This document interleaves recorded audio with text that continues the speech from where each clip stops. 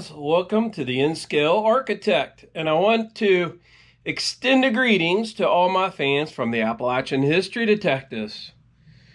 I'm going to introduce you guys to my train set and my hobby, and here in a little bit we're going to start work on a model that I have. I want to show you how my models look before I work on them, and then how they end up after I'm done. I'm an architect by trade. I love artwork, and I do a lot of my own work here on my train set. I scratch build it, and so I'll give you just an overview.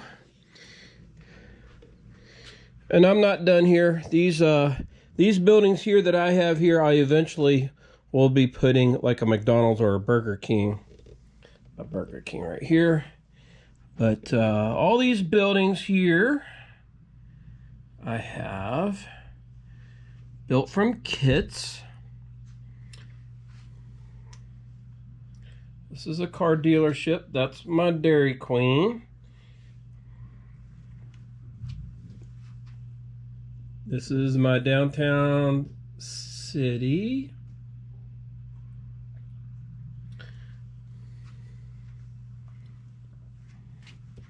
This is my overhead line here.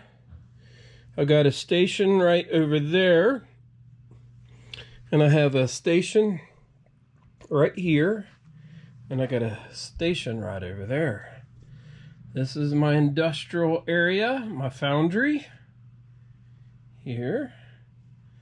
This is my steel mill and blast furnace here.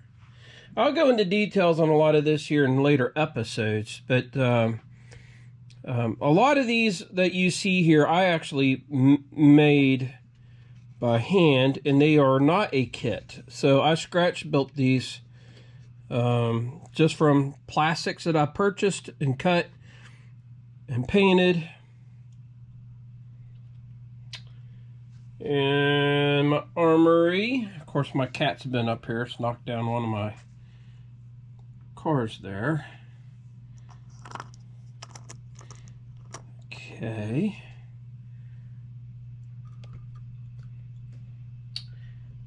I have a little swinging bridge right over there. I have a little canyon in here.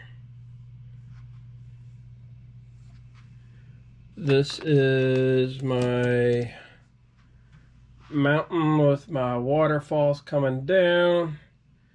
My coal mine here. I've got a coal mine back in here. Oh, the car's falling off. Waterfall coming down into a pond area, and I got some fishermen. There's a fisherman there, and there. I have a sawmill, and I built this all scratch built. This is not a kit. I made this all by hand.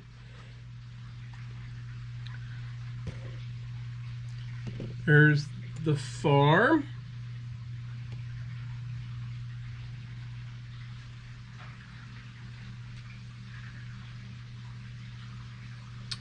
I have a lake over here with a campground.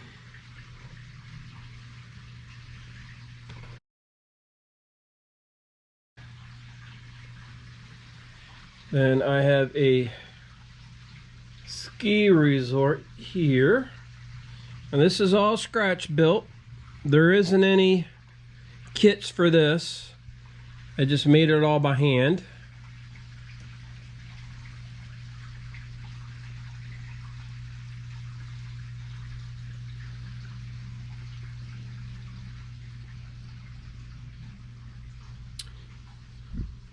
My cat's been up here. Now the lift there actually works. It's a motorized lift. It actually runs. But I have not done anything with this train set in probably 2 years. So I need to do a lot of work on it. My cats jump up here This is my Swiss village here. Let me show you how I get these models and these kits and what I end up doing with them. And I apologize for the insulation back here. I know it's shiny, it's probably distracting, but we're in my basement and this is my man cave. So for example, right here is a kit. And this would be a typical kit that you would buy. You can see all these other kits that I have. These are all buildings out here. And all of these buildings that you see out through here, they were all buildings in boxes just like that. So what happens is they will come in a kit like this. Here's one here. This is a gravel company. They'll come like that. And then I'll put them together like this. Okay, so this one here I worked on over Thanksgiving, the Thanksgiving holiday. So it came like this, very plasticky looking, and then I made it into this. You guys can't hardly see. It's very dark in here, and I apologize. And I will work on my lighting. I do have lighting. All of this up here is track lighting, and I'll work on that as I develop this channel. But anyway, this is just kind of an overview. So I'll just get models like this, and then I build them and turn them into that. But I had to paint them. So here are my paints. So I got various paints. I've got acrylics here. I've got oil-based here. I've got an airbrush here. And I got hand brushes here. And I use all of these. And I will mix a lot of these paints up to create texture.